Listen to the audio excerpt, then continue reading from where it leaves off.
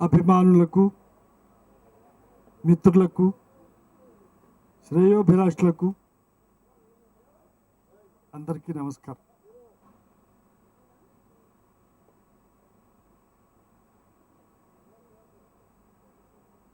మీ అందరికీ తెలుసు,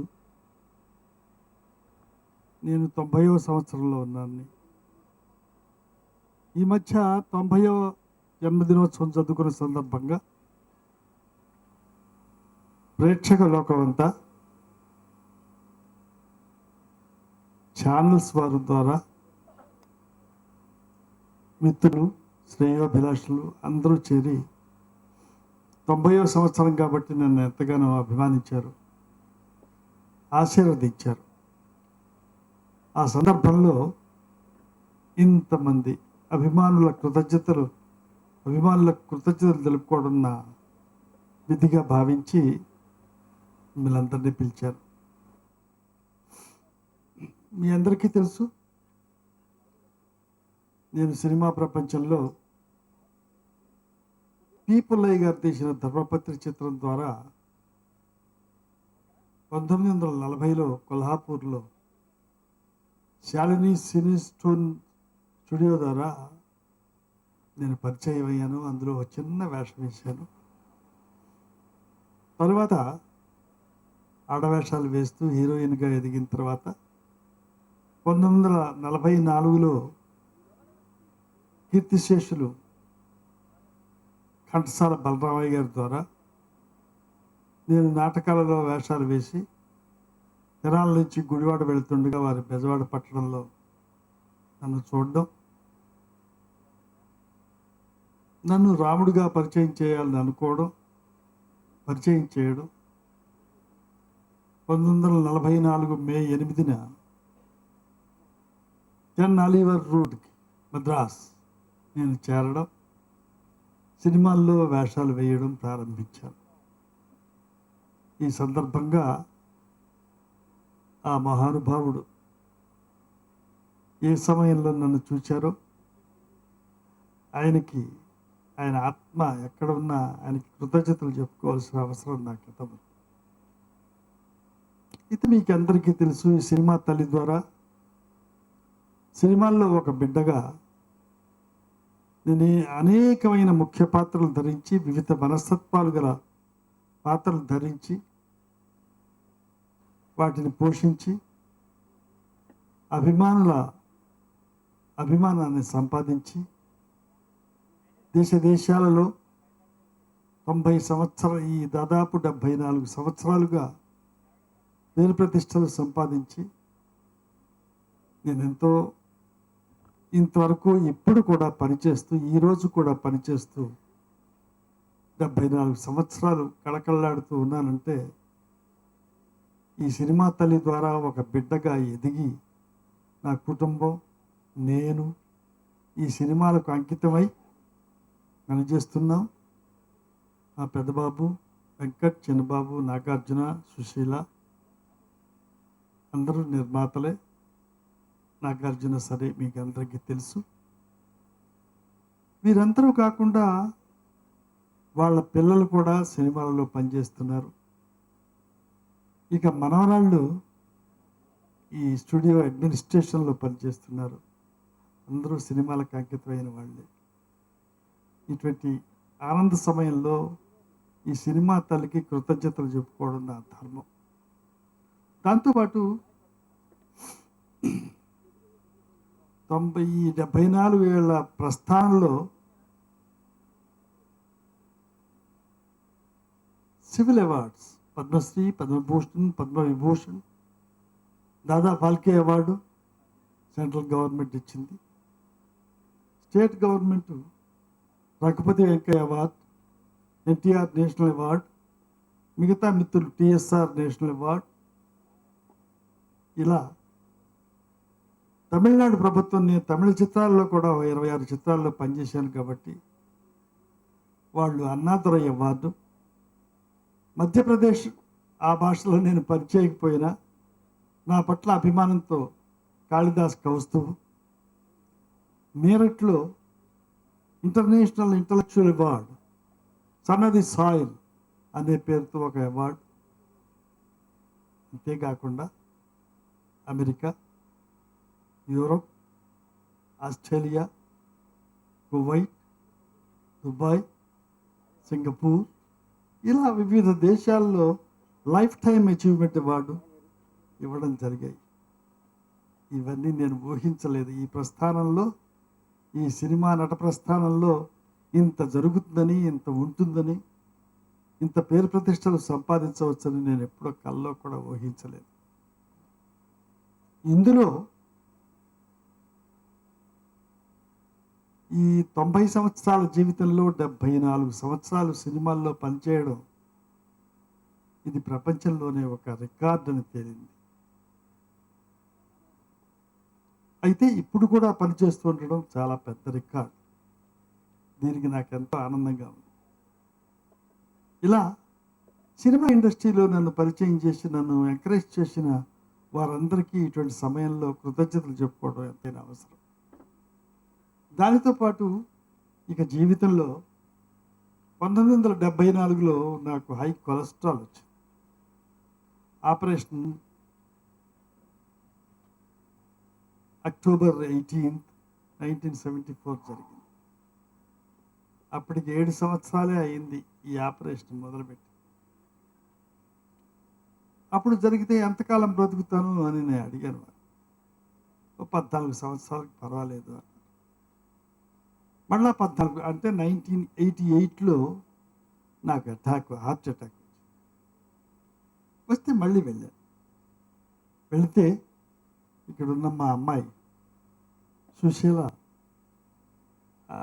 ఆవిడ భర్త సత్యభూషణ్ ఇద్దరు కలిపి వచ్చారు. నాతో వాడు సాక్ష్యం. Nageswara Rao heart is inoperable. If you operate he may not survive అని తేల్చాను. దాంతో నేను మనస్తాపం చెందలేదు. నా బిడ్డలైతే ఇబ్బంది పడ్డారు, కానీ నేను ఇబ్బంది పడలేదు.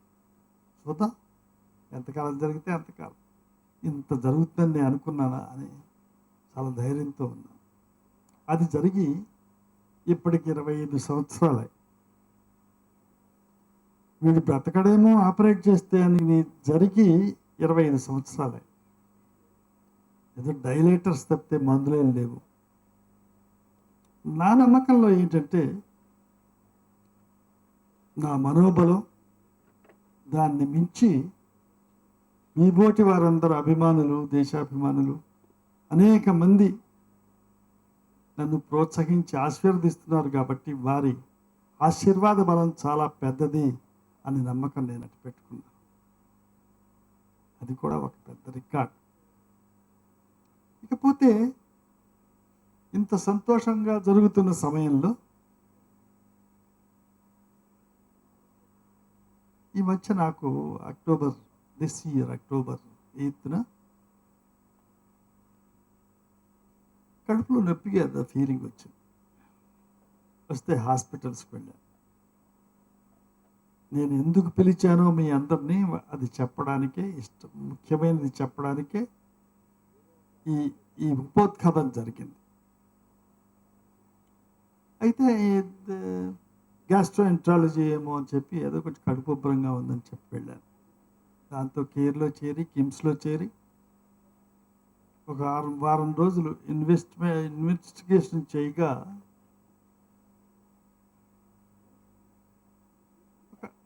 జీవితం చాలా తమాషాయి. ఒక కొత్త ట్విస్ట్. ఎండోస్కోపీ, కొలనోస్కోపీ,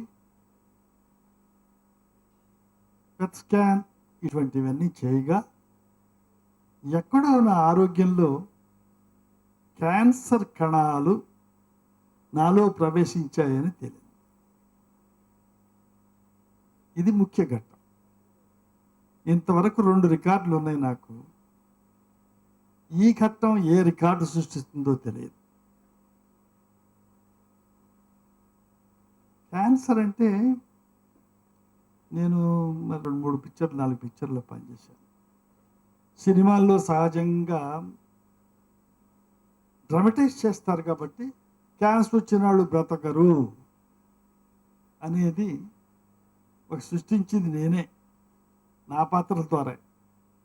అందుచేత ఎవరైనా మనం ఏమనుకుంటామంటే క్యాన్సర్ వస్తే బ్రతకరు. కొత్త మాటలు వేరే ఉన్నాయి. అంటే క్యాన్సర్లో నేను ప్రతి ఏది జరిగినా అధ్యయనం చేసి మాట్లాడతాను కాబట్టి డాక్టర్స్ అందరితో డిస్కస్ చేశాను. ఏమన్నారంటే చిన్న వయసులో వస్తే ఈ కణాల స్పీడ్ చాలా బలంగా ఉంటుంది, అగ్రెసివ్గా ఉంటాయి. ఒక నాబోటి వాడి వయసులో వస్తే అవి స్లో అయిపోతాయి. ఎంత వయసు ఉందో వాటికి కూడా అంత వయసు వస్తుంది, ఈ కణాలకు కూడా. అందుచేత అగ్రెసివ్గా పనిచేయలేవు. నెమ్మదిగా ఏదో గబగబా నడవకుండా నెమ్మదిగా పాకుతూ నెమ్మదిగా నడుచుకుంటూ చేసినట్టు అలా స్లో అవుతాయి. అందుచేత లాంగివిటీ పెరుగుతుంది. అందరితో డిస్కస్ చేసిన తర్వాత, ఇంటర్నేషనల్గా అందరు డాక్టర్స్తో డిస్కస్ చేసిన తర్వాత తేలింది ఏంటంటే it's not a death point, it's more years living point అని తెలియదు. నాకు మరొక థర్డ్ రికార్డుకి ఒక ఛాన్స్ వచ్చిందని ఒక సంతోషం, నమ్మకం కలిగింది నాకు. అంటే మళ్ళీ అధిగమించాలి, మన మనోబలం ఉపయోగించాలి, ప్రజల ఆశీర్వాద బలం అందుకోవాలి. ఇటువంటి ఆలోచనలు నాకు వచ్చాయి. అందుచేత ఇవి భయాందోళనలు కలిగించే విషయాలు కావు. ఈ వయసులో రావడం ఒక సంతోషించదగ్గ విషయం. ఇది మా ఫ్యామిలీ అంతా డిస్కస్ చేసి మేమందరం ఈ వయసులో వచ్చినందుకు సంతోషపడుతున్నాం. ఎవరు దుఃఖంతో మనస్తాపంతో మేము ఎవరు కలత చెందడం లేదు. ఇది ఎందుకు చెబుతున్నానంటే, ఈ విషయాలు మీకు ఎందుకు చెబుతున్నానంటే ప్రజలకు అందాలి. ఈ లోపల ఈ హాస్పిటల్స్లో ఎవరో ఉంటారు కదా, అందరు బంధువులు స్నేహితులు ఉంటారు కదా, నాగేశ్వరరావు గారికి క్యాన్సర్ అట అని అలా పాకి. అయితే మిత్రులు, శ్రేయోభిలాషులు అందరూ ఏం చేస్తున్నారంటే చాలా ఇబ్బంది పడుతున్నారు. ఆ ఇబ్బందితో పాటు నన్ను ట్యాప్ చేయడానికి, ఇన్ఫర్మేషన్ ట్యాప్ చేయడానికి ప్రయత్నిస్తున్నారు. ఎలా ప్రయత్నిస్తున్నారంటే, ఈ మంచి ఏదో సృష్టి చేసిందట కదా, హాస్పిటల్కి వెళ్ళారట కదా, డాక్టర్స్ ఏం చేశారు, ఏమన్నారో అని నెమ్మదిగా తమాషగా విషయం లాగడానికి ప్రయత్నిస్తున్నారు. అంటే ఈ ప్రయత్నంలో నా పట్ల ఉన్న ఇంట్రెస్ట్ చాలా ఎక్కువ నాకు తెలుసు. దానికి నేను అసలు విషయం చెప్పకుండా ఏదో అన్నారు, ఏదో గ్యాస్ట్రోఎంట్రాలజీ అంటున్నారు, అది అంటున్నారు, ఇది అంటున్నారు, ఇది అంటున్నారు, నేను తప్పించి మాట్లాడుతున్నాను. జీవితంలో మనం అందరం నాటకాలు ఆడతాం. నాదేమో నాటకం ఆడే వృత్తి, జీవితంలో నాటకం ఆడే అలవాటు నాకు లేదు. ఈ కారణంగా నాకేమనిపించిందంటే, ఏమిటి పాపం వాళ్ళు సతమతమవుతున్నారు, ఇబ్బంది పడుతున్నారు, అభిమానులు దుఃఖంతో కళ్ళనీళ్ళు పెట్టుకుంటున్నారు. పైగా నేనేమీ లేకపోయినా నాకు అర్థమైంది కాబట్టి నన్ను కూడా ఇబ్బంది పెడుతున్నారు, నేను కూడా అబద్ధం ఆడాల్సి వస్తుంది. ఇది నాకు ఇష్టం లేదు. ఏం చేద్దాము అని అనుకుంటే అందరం కూర్చుని మా ఫ్యామిలీ మీటింగ్ పెట్టుకుని ఇది బయట పెట్టేస్తే మంచిది, వాళ్ళకి ఆ భారం తగ్గుతుంది, వాళ్ళు సతమతమయ్యే లక్షణాలు తగ్గుతాయి, మన ఇబ్బంది పెట్టకుండా ఉంటారు అనే ఉద్దేశంతో ఈ విషయాన్ని మామూలుగా ఎవరు చెప్పరు, దాస్తారు. ఎవరు చెప్పరు, చెప్పడానికి ధైర్యం కావాలి. అబద్ధం ఆడడానికి తెలివితేటలు ఎక్కువ కావాలి, నిజం మాట్లాడడానికి ధైర్యం ఎక్కువ కావాలి. మీరందరూ అభిమానులు, నన్ను ప్రేమించేవారు, నాకు ఇచ్చిన ధైర్యం అటువంటిది. నాతో పాటు నా పిల్లలకి, నా కుటుంబానికి కూడా ధైర్యం ఉంది. We can face it, we have strong mind అని అనుకుంటూ ఈ మీటింగ్ ఏర్పాటు చేశాను. ఇప్పుడు మీరు చేయవలసింది ఏంటంటే దీని ద్వారా ఆ బాధపడే మిత్రులందరినీ కొంచెం వారికి సొలేసి చెప్పాలి. ఈ అనౌన్స్ చేయడం ద్వారా అది జరుగుతుంది. లేకపోతే బ్యాడ్ ఇంటర్ప్రిటేషన్స్. అలా కాకుండా ఇది చంపేది జబ్బు కాదు. చాలామంది మన దేశంలో ఈ జబ్బు వచ్చిన వాళ్ళు చాలామంది ఉన్నారు. బ్రతుకుతున్న వాళ్ళు చాలామంది ఉన్నారు. విజయవంతంగా జీవితాన్ని గడుపుతున్న వాళ్ళు చాలామంది ఉన్నారు. వాళ్ళలో మనం కూడా ఎందుకు ఒకళ్ళకి కాకూడదు? దిస్ నాకేమీ బాధలు లేవే, ఆ నొప్పి ఏ నొప్పి ఏమి లేదు నాకు. అందుచేత ఇది బయట పెడితే, ఈ ఛానల్స్ ద్వారా బయట పెడితే ఒక్కరోజు బాధపడితే బాధపడతారు, తర్వాత మనం సర్దుకుంటారు, మళ్ళీ నన్ను ఇబ్బంది పెట్టకుండా ఉంటారు. ఇంటికి వచ్చి ఏమండి ఈ మధ్య శుద్ధిగా ఉందట కదా, ఏమిటో ఏమిటో ఇట్లా ఇబ్బంది పెట్టకుండా, నేను తిప్పి తిప్పి మాట్లాడకుండా, వాళ్ళు తిప్పి తిప్పి అడగకుండా, వాళ్ళు సతమతం కాకుండా నన్ను సతమతం పెట్టకుండా ఈ ఏర్పాట్లు. అందుకే మీ అందరినీ నేను కలుస్తున్నా. ఈ ఛానల్స్ ద్వారా ప్రజాబాహుళ్యంలోకి వెళ్ళి నన్ను ఆశీర్వదించమని అడుగుతున్నాను. ఇప్పుడు చేయవలసింది ఏంటంటే, మీరు నాకు సహాయం చేయాలంటే, నేను ఎక్కువ కాలం బ్రతకాలంటే, పక్క ఈ అభిమానులు, మిత్రులు, నా శ్రేయోభిలాషులు చేయవలసింది ఏంటంటే, మీరు మనస్తాపం చెందకుండా, నన్ను కాంటాక్ట్ చేసి వచ్చి నాకు మనస్తాపం కలగజేయకుండా నవ్వుతూ పేలుతూ కాలక్షేపం చేద్దాం. జరిగినంత కాలం జరుగుతుంది. పుట్టిన తర్వాత చనిపోవడం తప్పదు ఎవరికైనా. ఇంతకాలం బ్రతకడమే నా అదృష్టం, రికార్డే. మరికొంతకాలం అయితే ఈ మధ్య 90వ జన్మదినోత్సవంలో అనేక మంది పెద్దలు, కవులు, కళాకారులు, పెద్దలు, రాజకీయాల్లో ఉన్నవారు అందరూ ఏమన్నారంటే, నాగేశ్వరరావు సెంచరీ కొట్టాలి, 116 ఏళ్ళు ఉండాలి. ఏమిటో లెక్కలే ఉండి ఉంటాయి. 124 ఏళ్ళు ఎవరో మనుషులు ఉన్నారట బతికి కొంతకాలం. 124 ఏళ్ళు ఉండాలి అని అంటుండేవారు. అయితే వీళ్ళందరూ ఇన్ని అంటున్నా నేను నవ్వుకొని,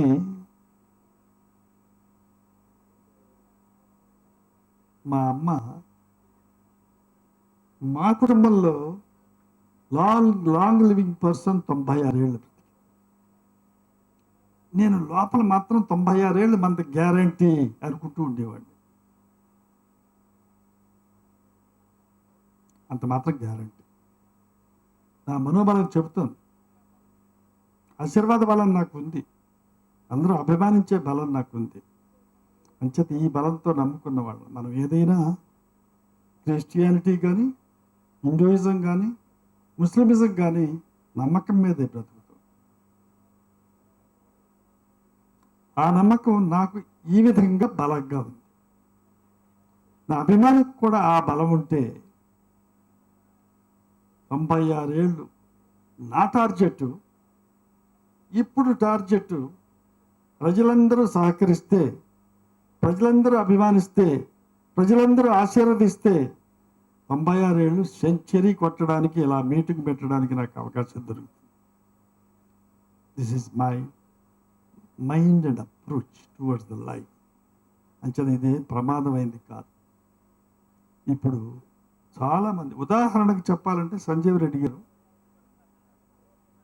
స్పీకర్గా ఉండగా ఆయన మామూలు టెస్టుల కోసం వెళితే ఆయన క్యాన్సర్ అని తేలింది. తర్వాత ప్రెసిడెంట్ అయ్యారు, చాలా కాలం పరిపాలించారు. ఒక 7 సంవత్సరాలు వచ్చిన తర్వాత ఆయన నాకంటే చిన్న వయసులో చనిపోయారు. అందుచేత ఇది ఉదాహరణలు, ఇంకా చెప్పాలంటే చాలా ఉన్నాయి. ఇంకెందుకు, నిన్నగాక మొన్న యువరాజ్ ఆ రోజున అతను లేకపోతే మన వాళ్ళు గెలిచేవారు కదా ఇండియాలో. అతను చాలా పాపం, అతనికి ఏదో సుస్థిగా ఉందంట, క్యాన్సర్ అంట అని మనందరం సింపతి చేసాం. మన సింపతి కాదు, అతనికి మనోబలాన్ని ఇచ్చాం, మన ఆశీర్వాద బలాన్ని ఇచ్చాం, మన అడ్మిరేషన్ ఇచ్చాం అతనికి. అలాగే ఆశీర్వాద బలం, అడ్మిరేషన్ బలం, ప్రేమ బలం నా పట్ల ఉంటే తప్పకుండా 96 ఏళ్ళు నాది, మీ అందరిది, దేశం అందరిది, దేశాల్లో ఉన్న నా అభిమానులందరిది 100 ఏళ్ళు. అందుచేత ఇటువంటి అభిప్రాయాలు ఉన్న నేను ఈ ప్రజల్లో పెట్టి వారు ఇబ్బంది పడకుండా, నన్ను ఇబ్బంది పెట్టకుండా, నా దగ్గరికి రాకుండా, అయ్యో ఇలాగట కదా పాపం అని అనకుండా, ఆ ప్రజలందరికీ, నా అభిమానులందరికీ మనవి చేసేది ఏంటంటే, ఈ మీటింగ్ ద్వారా సహజంగా బాధ ఉంటుంది. అయిన వాళ్ళకి ఏదో వచ్చిందంటే బాగుంటుంది, బాగుండకుండా ఎవరికి ఉండదు. మీరు బాధపడద్దు, నన్ను బాధ పెట్టద్దు, నన్ను కలవద్దు, మీరు దూరంగా ఉండి నన్ను ఆశీర్వదించండి, నన్ను రోజు ఇది గుర్తు చేయకుండా ఉండండి అని చెబుదామని ఈ మీటింగ్ ఏర్పాటు చేశాం. అయితే ఒకప్పుడు సినిమా ఇండస్ట్రీలో నేను ప్రవేశించిన కొత్త రోజుల్లో కొన్ని పరిస్థితుల్లో నా పైన కొన్ని అపవాదులు వచ్చి